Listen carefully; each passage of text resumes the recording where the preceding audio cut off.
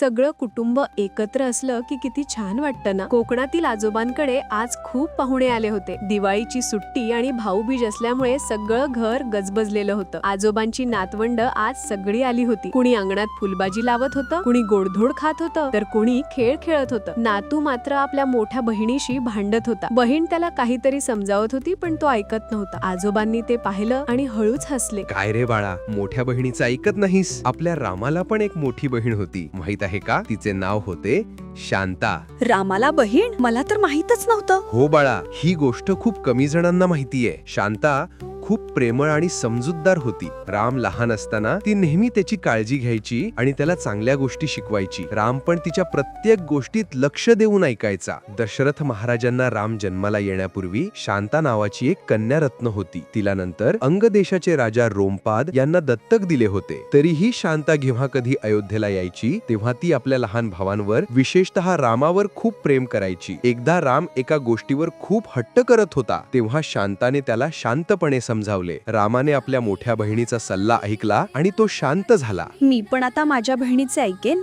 अगदी बरोबर बाळा, मोठी बहीण नेहमी आपल्या चांगल्यासाठीच सांगते. आपण तिचा आदर करायला हवा आणि तिचं म्हणणं ऐकायला हवं. सगळं कुटुंब एकत्र असलं की किती छान वाटतं ना. अशा हसत खेळत गोष्टी ऐकत आणि शिकत दिवाळीची खरी मजा येते. नातवानेही आपल्या भावा बहिणींसोबत भाऊबीज साजरी केली आणि आजोबांच्या गोष्टींचा आनंद घेतला. तुम्हीही घेत आहात ना आजोबांच्या गोष्टींची मजा? जर तुम्हाला गोष्ट आवडली असेल तर तुमच्या शाळेतील मित्रमैत्रिणींना, भाऊ बहिणी सगळ्यांना आजोबांच्या गोष्टींबद्दल नक्की सांगा. गोष्ट कशी वाटली ते कमेंट करून कळवा आणि व्हिडिओला लाईक करायला विसरू नका. उद्या भेटूया आणखी एका मजेशीर आणि शिकवणा देणाऱ्या आजोबांच्या गोष्टीत. अशाच दिवाळीतील आनंदी आणि गोष्टींनी भरलेल्या क्षणांसाठी आपल्या आजोबांच्या गोष्टी या YouTube चॅनलला सबस्क्राईब करा आणि Instagramवर फॉलो सुद्धा नक्की करा. भेटूया उद्याच्या गोष्टी. तोपर्यंत आनंदी रहा, शिकत रहा आणि दिवाळी साजरी करा मज्जेत.